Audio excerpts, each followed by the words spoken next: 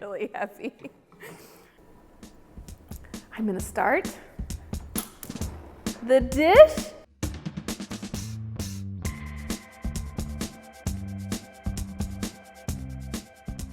This is gonna be the final dish, the casserole dish, that I'm going to bake this in. And I'm gonna add half of our oil. I'm using avocado oil. You could definitely use olive oil, butter, ghee, whatever your coconut oil, whatever your favorite is. And I'm going to use frozen shredded hash browns. This is gonna be the starchy base of this casserole.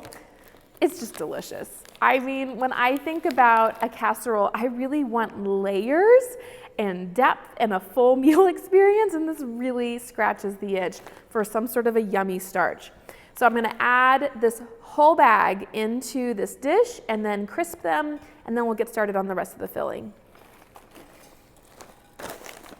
So I'm gonna start chopping up my vegetables for this filling, the ground beef portion of this filling.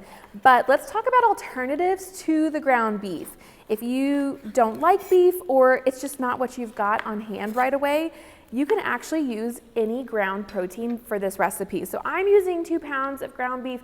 You could use ground turkey, ground chicken, ground pork would be delicious. You name it, the sky's the limit.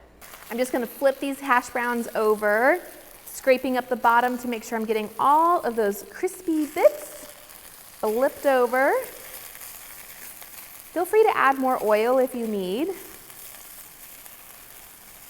And now to another skillet. Just in the name of time, you could actually do all this in one pan, but I think this is one of the few occasions that I think it's worth dirtying an extra dish. I'm going to add in our pepper, onion, and garlic to a skillet and start sauteing that. I'm chopping this kale, and I just wanted to give you a really quick tip.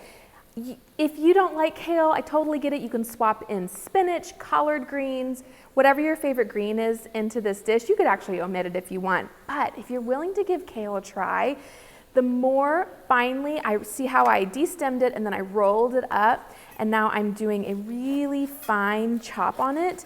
The more finely you chop kale, the more it'll wilt down and kind of just blend in with the rest of your food in a really good way. So you might find that you love it this way. It's worth a shot. Okay, so our onions and peppers and garlic are looking nice. They're a little bit translucent. Everything's a little bit wilted, so it's time to add the ground beef. So I'm just gonna put this right into the dish.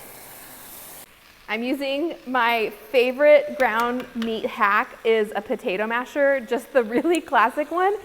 Is the fastest and easiest way I've ever found, and I've tried a lot of tools to break up ground meat while I'm cooking it in a skillet. The recipe for this dish is actually in the caption below, and I would love to know, while you're scrolling around on fedandfit.com, if there's a dish that stands out to you that you really want to see us do a video on and see me demonstrate, please comment below and let me know. What's your vote? What would you like to see next? Okay, the beef is browned and cooked through, so I'm gonna add 8 ounces-ish of tomato sauce, which is about half of this can. I'm adding all of our spices now. We've got paprika, chili powder, cumin, some oregano, and then salt and pepper. Headed right in, and then give that a good stir. And if you find that your ground beef is really liquidy, here's a tip. You don't actually have to drain it. You don't have to get out the colander and go through that whole thing. You could actually just let it evaporate, let it cook off, let that moisture cook off, and it will. Isn't that neat? Or leave a little bit of that moisture in the pan and it creates an even saucier beef mixture. Now I'm going to add our finely chopped kale into this beef mixture. And this does not take long. All I'm looking to do is to just toss this up until it's covered in all of the yummy sauce we've just made. It'll wilt. Once it starts to wilt, it'll turn bright green, and this takes maybe 2 to 3 minutes. It goes really fast. Alrighty, so now we just combine. We're gonna pour this ground beef mixture over top of the hash browns. And as a note, if you wanna make this lower carb, you wanna sub out those potatoes, You could absolutely do that just with an equivalent amount of cauliflower rice. Would be delicious. Spread this out over the top, just like that. And then we have some cheese to go on top. This is we're definitely gonna need more cheese.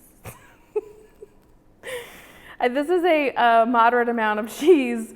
This is probably the way the recipe is written so that you can see all the other fun ingredients. But to be honest, in my house, I probably would do 2 to 3 times that amount. So I'm gonna go grab it. Now this goes into the oven at 350 degrees for 15 minutes. Everything's already cooked. I'm just looking to melt that cheese and then it'll be ready for us. Casserole is out of the oven. It is melty and looks so good. That cheese is perfect. And I'm just chopping up the garnishes. I've got some fresh cilantro and some avocado that I'm gonna put on top. And if you want another one of my favorite casserole recipes that is super family friendly, the video on your screen right now is for the Southwestern turkey casserole recipe. It is out of my latest book, Cook Once Dinner Fix, and it is so good. Check it out.